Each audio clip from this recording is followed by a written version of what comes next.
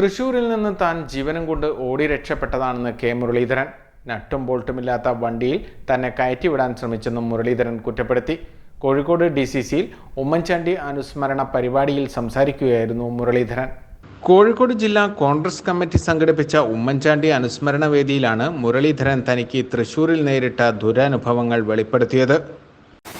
തൃശ്ശൂരിന്റെ കാര്യത്തിൽ 56,000 vote BJP ചേർത്ത് നമ്മുടെ വിദ്വാന്മാർ അറിഞ്ഞിട്ടുണ്ട്. എന്നിട്ട് പറയാൻ ഉറപ്പായിട്ട് ജയിക്കുന്നു പറഞ്ഞിട്ടാണോ എന്നെ കൊണ്ടാവുന്നത്? അന്ന് പ്രവീണൊക്കെ ഉണ്ടായിരുന്നു എന്നെ കൊണ്ടയക്കാൻ. അപ്പോ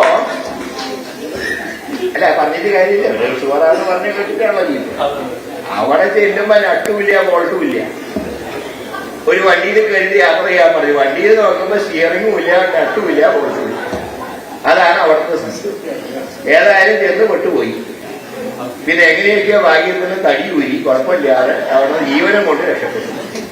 അതുകൊണ്ട് ഞാൻ പറയുന്ന മറ്റൊന്നുമല്ല, അടുത്ത കോർപ്പറേഷൻ ഇലക്ഷൻ നമ്മൾ ജയിക്കണം.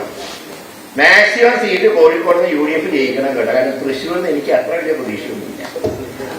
അതുകൊണ്ട് മാക്സിമം സീറ്റുകളൊക്കെ നമുക്ക് മലബാർ ഭാഗത്തുനിന്നും മറ്റ് തിരുവിതാംകൂർ കൊച്ചി ഭാഗത്തുനിന്നൊക്കെ മാക്സിമം സീറ്റ് കിട്ടിയാലേ നമുക്ക് കേരളം ഭരിക്കാൻ പറ്റും. അല്ലാണ്ട് പിണറായിക്കെതിരെയുള്ള വികാരമുണ്ട് എന്നൊക്കെ പറഞ്ഞിരുന്നാൽ അത് കൊണ്ടുപോകാൻ ഇപ്പൊ BJPക്കാരുണ്ട്. കാരണം ഭരണവിരുദ്ധ വികാരത്തിൽ പങ്കുവറ്റാൻ ഇപ്പൊ വേറെ ശക്തിന്റെ മുമ്പ് നമ്മൾ മാത്രമേ ഉണ്ടായിരുന്നുള്ളൂ. ഇന്ന് അങ്ങനെയല്ല. ഉമ്മൻചാണ്ടിയുടെയും കരുണാകരന്റെയും കാലത്ത് തെരഞ്ഞെടുപ്പിനെ ഒറ്റക്കെട്ടായി നേരിട്ടിരുന്ന രീതി അനുസ്മരിച്ചാണ് മുരളീധരൻ ഇപ്പോഴത്തെ നേതൃത്വത്തിനെതിരെ വിമർശനത്തിന്റെ ഒളിയമ്പെയ്തത്.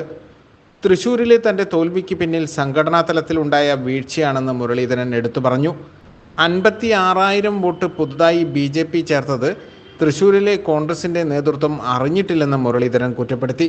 നട്ടും ബോൾട്ടുമില്ലാത്ത വണ്ടിയിലാണ് തന്നെ കയറ്റിവിടാൻ ശ്രമിച്ചത്. ജീവനം കൊണ്ട് താൻ രക്ഷപ്പെടുകയായിരുന്നുവെന്നും മുരളീധരൻ പറഞ്ഞു. ACV news, Kozhikode.